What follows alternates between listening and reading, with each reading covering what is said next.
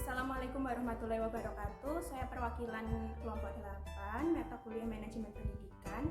Di sini saya dan teman-teman akan menjelaskan materi tata laksana pendidikan. Namun sebelum masuk ke materi, kita perkenalan terlebih dahulu. Yang pertama, saya Riana Mayang Puspa dengan NIM 185150040. Saya Lisya Harka Putri Zaisafun dengan NIM 18515000027. Baik, perkenalkan nama saya Hasna Nur Aziza, NIM 185151036. Saya Fergita Amarta Putri dengan NIM 18515100040. Saya Dea Fatika Paradani dengan NIM 18515000046. Baik, yang pertama kita ke pengertian tata laksana pendidikan. Tata laksana pendidikan sering disebut dengan istilah administrasi tata usaha. Tata laksana atau tata usaha memiliki dua kata, yaitu tata dan usaha. Tata adalah peraturan yang harus dipatuhi, sedangkan usaha adalah sesuatu dengan mengerahkan tenaga, pikiran untuk mencapai suatu tujuan. Pengertian administrasi tata laksana atau tata usaha sekolah merupakan seluruh proses kegiatan yang direncanakan dan dilaksanakan dengan sungguh-sungguh, serta membina kegiatan yang bersifat tulis-menulis di sekolah, meliputi menerima, mencatat, mengelola, dan menggandakan sampai menyampaikan semua bahan keterangan yang diperlukan oleh organisasi. Yang kedua yaitu fungsi administrasi tata laksana pendidikan. Yang pertama, menghimpun. Menghimpun adalah kegiatan mencari dan mengusahakan tersedianya segala keterangan yang sebelumnya belum ada atau masih berserakan di mana-mana sehingga siap dipergunakan bila mana diperlukan. Yang kedua yaitu mencatat. Mencatat adalah meliputi kegiatan yang berhubungan dengan tulis-menulis mengenai keterangan-keterangan yang diperlukan sehingga terwujudlah tulisan-tulisan yang dapat dibaca, dipahami, dikirim, dan disimpan. Yang ketiga, mengolah. Mengolah yaitu mengerjakan keterangan-keterangan yang bertujuan menyajikan dalam bentuk yang lebih berguna atau lebih jelas untuk dipakai. Yang keempat, menggandakan. Menggandakan yaitu kegiatan memperbanyak dengan berbagai cara dan alat sebanyak yang diperlukan. Yang kelima, mengirim. Mengirim yaitu kegiatan menyampaikan dengan berbagai cara dan alat dari pihak pertama kepada pihak lain. Yang keenam, yang terakhir yaitu menyimpan. Menyimpan yaitu kegiatan menaruh dengan berbagai cara dan alat tertentu di tempat yang aman. Baik, pokok pembahasan yang ketiga yaitu peranan administrasi tata laksana pendidikan. Untuk peranannya ada 3, yaitu yang pertama, membantu pelaksanaan pekerjaan pokok dalam setiap organisasi. Yang kedua, menyediakan keterangan untuk memimpin. Dan yang ketiga, melancarkan perkembangan organisasi. Ya, selanjutnya tujuan administrasi tata laksana pendidikan. Untuk yang pertama, terhadap administrasi peserta didik. Administrasi peserta didik dilakukan sejak penerimaan peserta didik baru, mengisi buku induk, penataan peserta didik dalam kelas, hingga peserta didik keluar dari sekolah. Yang kedua, terhadap administrasi personal.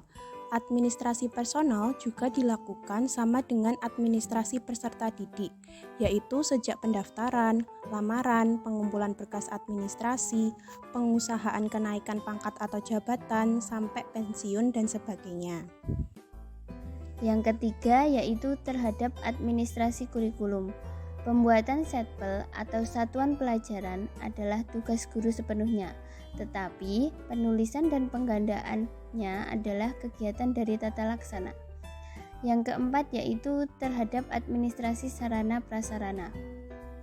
Tugas-tugas perencanaan, penggandaan, pengadaan, penyimpanan, inventaris, penyaluran, pemeliharaan, sampai penghapusan adalah kegiatan yang lebih ditekankan pada kegiatan tata laksana. Selanjutnya, terhadap administrasi biaya. Pengetikan daftar gaji dan sebagainya adalah tugas dari tata laksana. Selanjutnya, terhadap administrasi organisasi. Menggambar struktural organisasi di tingkat sekolah, regional, sampai nasional, serta organisasi tata jenjang pendidikan sebagai alat pelaksana kebijakan pendidikan adalah tugas tata laksana. Selanjutnya, terhadap tata laksana sendiri. Tugas dari tata laksana adalah menerima surat, mengagendakan, memproses, menggandakan, mengarsipkan, sampai mengirim surat keluar merupakan tugas dari tata laksana sendiri. Selanjutnya, terhadap administrasi humas. Pembuatan program pelaksanaan sampai evaluasi program humas merupakan tugas administrasi humas. Namun, penjabaran kegiatannya tak dapat lepas dari kegiatan tulis-menulis seperti penulisan program, pembuatan, dan pengiriman surat-surat, pembuatan surat izin, dan sebagainya yang merupakan tugas dari tata laksana.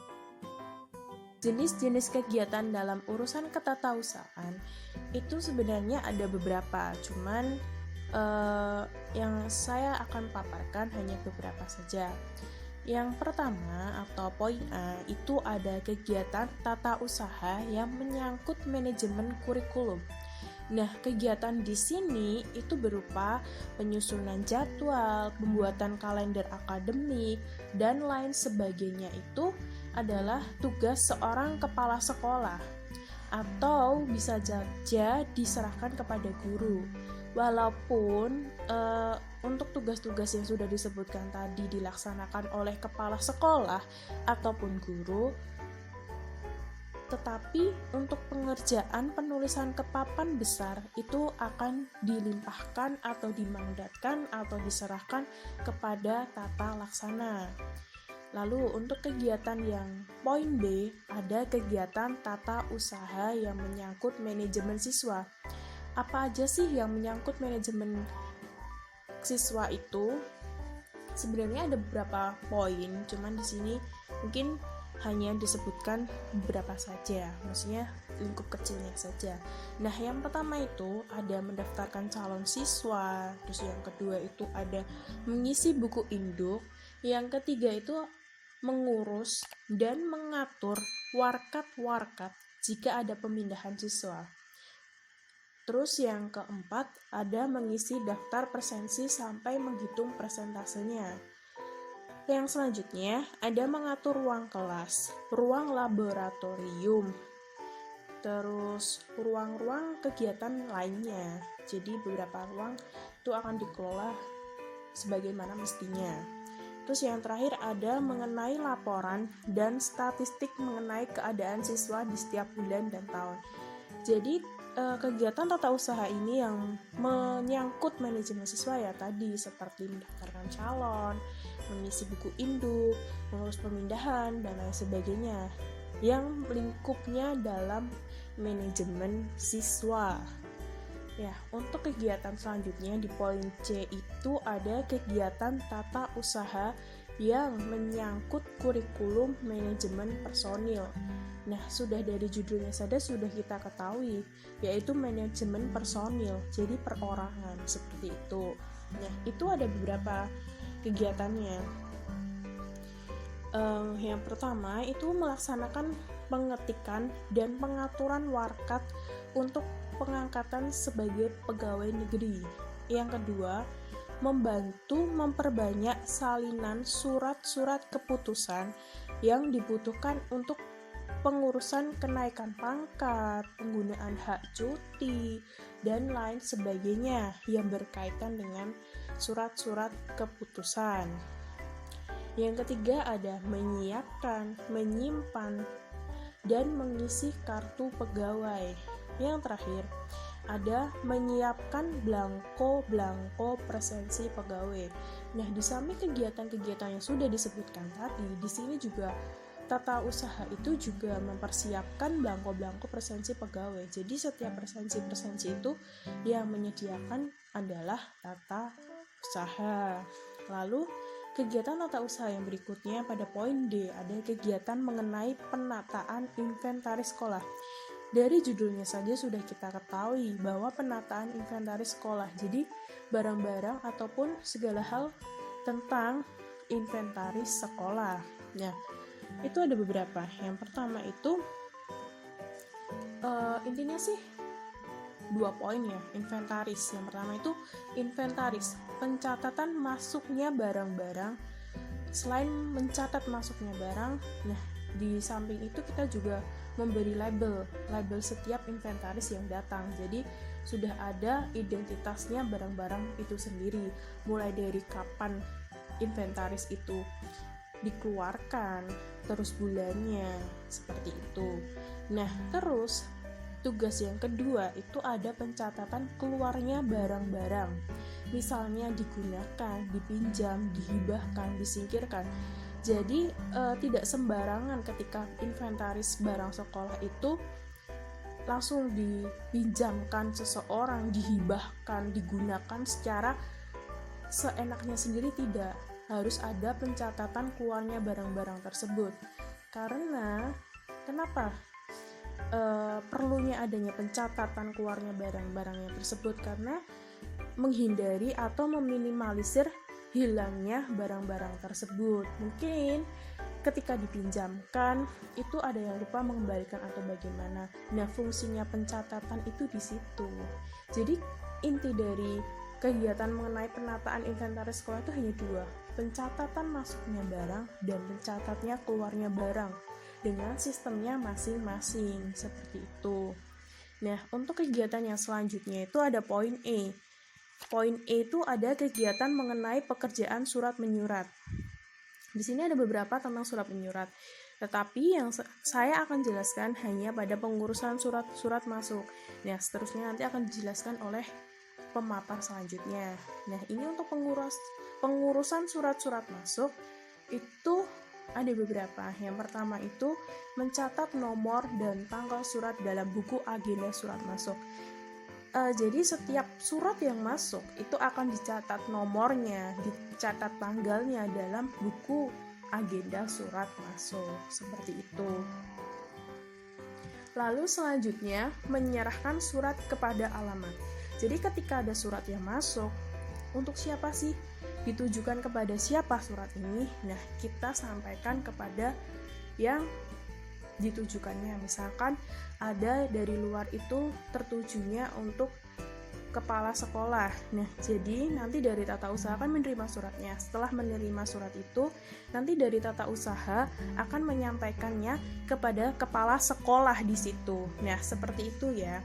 Terus yang selanjutnya ada surat dibaca oleh alamat yang dituju dan diberi disposisi. Yang keempat ada surat diberikan kepada tata usaha untuk dibuatkan balasan jika memang dikehendaki demikian. Tetapi jika surat itu tidak dikehendaki untuk dibalas, maka tidak akan dibuatkan balasannya, seperti itu. Nah, untuk yang selanjutnya ada tata usaha melaksanakan disposisi. Dan yang selanjutnya ada tata usaha menyerahkan kembali surat tersebut kepada bagian surat keluar. Jadi ada beberapa bagian, yaitu ada surat masuk ataupun surat keluar, seperti itu. Nah, dan yang terakhir yang paling penting itu ada pengarsipan surat. Nah, apa sih gunanya pengarsipan surat di sini? Karena Tidak sembarangan, maksudnya surat-surat itu masuk keluar masuk dengan seenaknya. Tidak, pasti ada pengarsipan surat. Kenapa dibutuhkannya pengarsipan surat? Sewaktu-waktu jika suatu terjadi urgensi atau apapun itu sudah ada bukti secara autentiknya, atau mungkin bisa kita singkat dengan bagaimana teknis administrasi tersebut. Selanjutnya yang kedua adalah pengurusan surat keluar. Pertama, surat yang sudah diketik kemudian diserahkan kepada kepala sekolah untuk disetujui dan dimintakan tanda tangan.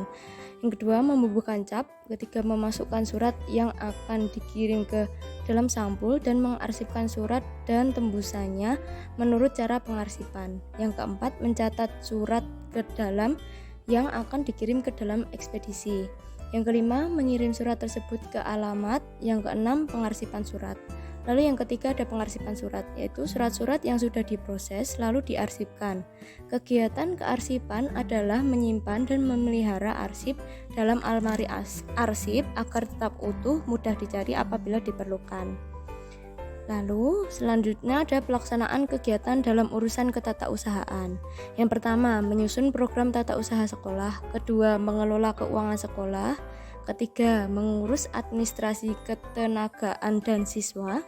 Keempat, membina dan mengembangkan karir pegawai tata usaha sekolah. Kelima, menyusun administrasi sekolah atau perlengkapan sekolah. Keenam, menyusun dan menyajikan data statistik sekolah. Dan yang terakhir, menyusun laporan pelaksanaan kegiatan pengurusan ketatausahaan secara berkala.